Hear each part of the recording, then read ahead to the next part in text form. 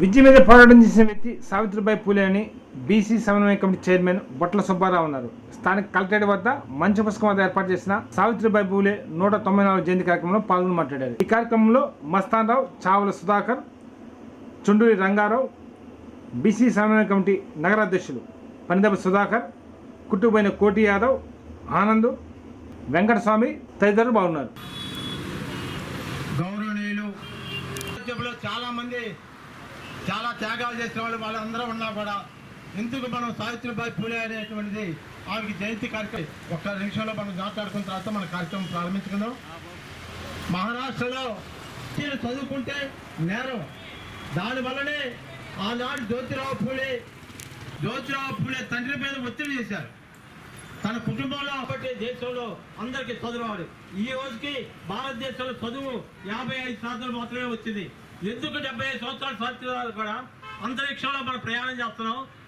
బడిలో పిల్లలకు చదువు చెప్పడానికి భారతదేశంలో ఏ రాజకీయ పార్టీ సిద్ధంగా లేదు. చదువు నేర్చుకుని టీచర్గా స్కూల్ పెట్టి జ్యోతిరావు పూలే చనిపోయిన తర్వాత కరోనా కన్నా భయంకరమైన పేరు అది ఆమె పోయి తాగితే జబ్బు వస్తుంది. వాళ్ళకు వైద్యం చేసింది. ఆ వైద్యం చేస్తే ఆమెకి ప్రేమ వ్యాధి వచ్చి మరణించడం జరిగింది. ఇంకోటి ఏంటంటే జోహార్ సావిత్రిబాయి పూలే, జోహార్ Savitribai Phule, Amar high Savitribai Phule, Amar high Savitribai Phule, Amar high Jyotirao Phule, Amar high Jyotirao Phule. జోహార్ డాక్టర్ బిఆర్ అంబేద్కర్, జోహార్ డాక్టర్ బిఆర్ అంబేద్కర్, జోహార్ డాక్టర్ బిఆర్ అంబేద్కర్. వర్ధిల్లాలి ఎస్సీ ఎస్టీ బీసీ ఐక్యత, వర్ధిల్లాలి ఎస్సీ ఎస్టీ బీసీ ఐక్యత, వర్ధిల్లాలి ఎస్సీ ఎస్టీ బీసీ ఐక్యత.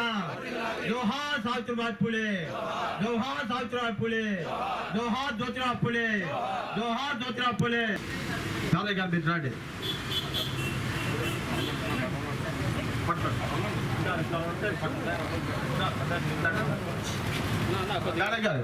రండి ఏకైక ప్రతినిధి.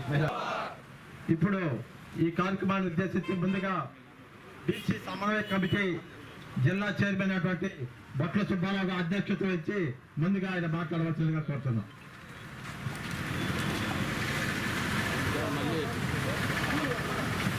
మిగతా మిత్రులందరూ ఒకరు వాళ్ళ ఫోటోలు తీసుకుంటారు. వీడియో దానికి అనుగుణంగా మిత్రులందరూ బట్టి నాయకులు, అట్లాగే బీసీ సమన్వయ కమిటీ జిల్లా కన్వీనర్ మస్తాన్ గారు పూలు వేయాల్సింది కోరుతున్నాం.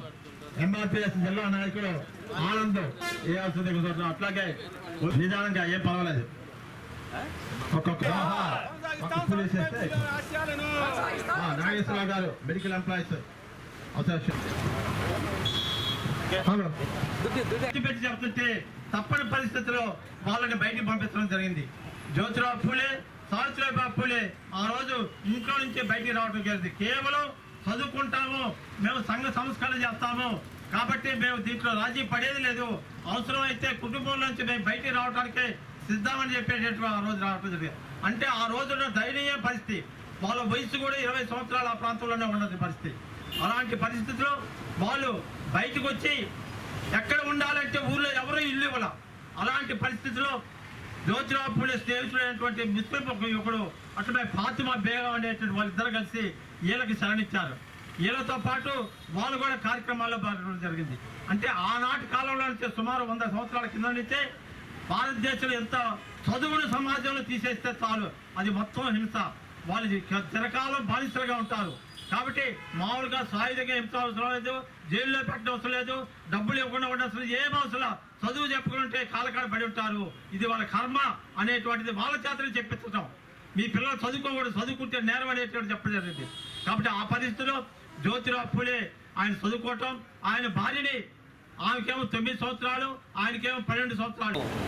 స్థానిక మంచి పుస్తకం దగ్గర బీసీ సమన్వయ కమిటీ ఆధ్వర్యంలో మా కన్వీనరు మస్తాన్ రావు, అలాగే పెద్దలు OPDR రాష్ట్ర అధ్యక్షులు సుధాకర్ రావు గారి ఆధ్వర్యంలో అనేక సంఘ నాయకులు, పెద్దలు వాళ్ళందరి ఆధ్వర్యంలో ఈరోజు సావిత్రిబాయి పూలే గారి 194వ జయంతి కార్యక్రమాన్ని నిర్వహించడం జరుగుతుంది. ముఖ్యంగా 1931 జనవరి 3వ తారీఖున మహారాష్ట్రలోని పూణే దగ్గర ప్రాంతంలో జన్మించినటువంటి సావిత్రిబాయి పూలే గారు ఆయన భర్త మహాత్మా జ్యోతిబా పూలే గారి దిశానిర్దేశంలో విద్య ద్వారానే సామాజిక గౌరవాన్ని గుర్తెరిగినటువంటి పూలే గారు వారి భార్యని విద్య నేర్పడం ద్వారా వారు సత్య సోదర సమాజ్ కానీ పలు సాంఘిక కార్యక్రమాలతోటి ప్రజల్ని ముఖ్యంగా మహిళల్ని విద్య వైపు మళ్లించినటువంటి ఘనత వారిది. సుమారు 170 సంవత్సరాల క్రితమే వారు విద్య మీద పోరాటం చేసినటువంటి గొప్ప వ్యక్తులు. మరి భారతదేశపు తొలి మహిళా ఉపాధ్యాయురాలుగా కూడా కీర్తించబడినటువంటి సావిత్రిబాయి పూలే గారిని ఈరోజు ఈ జయంతి రోజు భారతదేశ తొలి మహిళా ఉపాధ్యాయురాలుగా గుర్తింపబడిన వ్యక్తిగా ఈరోజు మహిళా ఉపాధ్యాయ దినోత్సవంగా ప్రకటించాలని బీసీ సమన్వయ కమిటీ తరఫున మేము కోరుతా ఉన్నాం. మరి ఇంత గొప్ప వ్యక్తికి సావిత్రిబాయి పూలే గారికి మనం వాళ్ళ నివాళులర్పించుకోవడము గొప్ప విషయం అని తెలియజేస్తూ సెలవు తీసుకుంటాం.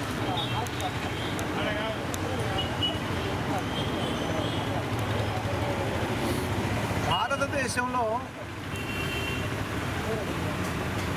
వైదిక సంస్కృతి ద్వారా ప్రచారమయ్యే మనుధర్మానికి వ్యతిరేకంగా ప్రత్యామ్నాయ ఆలోచన ధారణ ఈ దేశానికి అందించినటువంటి దంపతులు వారి యొక్క విశిష్ట వ్యక్తిత్వమే కాకుండా వారి ఆచరణకి మనందరం కూడా హృదయపూర్వకమైనటువంటి ధన్యవాదాలు చెప్పాలి. నాకు ఇలాంటి వాతావరణం ఉంటే, నాకు అలాంటి వాతావరణం ఉంటే, నాకు సహకరించే వాళ్ళు ఉంటే, నాకు ప్రోత్సాహం ఇచ్చేవాళ్ళు ఉంటే నేను అది చేస్తాను ఇది చేస్తానని చెబుతాను. కార్యక్రమం జరపడానికి ముఖ్యమైనటువంటి కారణం ఏంటంటే భారతదేశంలో స్త్రీలకు చదువు లేనటువంటి సమయంలో మహాత్మా జ్యోతిరావు పూలే తన భార్య అయినటువంటి సావిత్రిబాయి పూలే గారికి చదువు నేర్పించి ఆమె ద్వారా ఎస్సీ ఎస్టీ బీసీ మైనార్టీ వర్గంలో ఉన్నటువంటి స్త్రీలందరూ కూడా చదువు నేర్పించినటువంటి మహోన్నతమైనటువంటి వ్యక్తి. అయితే భారతదేశంలో సకల సంపదలకు మించినటువంటి సంపద ఏదైనా ఉందంటే అది జ్ఞానం మాత్రమే. ఆ జ్ఞానం రావాలంటే చదువు ఉండాలి. ఆ చదువును నేర్పించినటువంటి జ్ఞానవంతులైనటువంటి మహాత్మా జ్యోతిరావు పూలే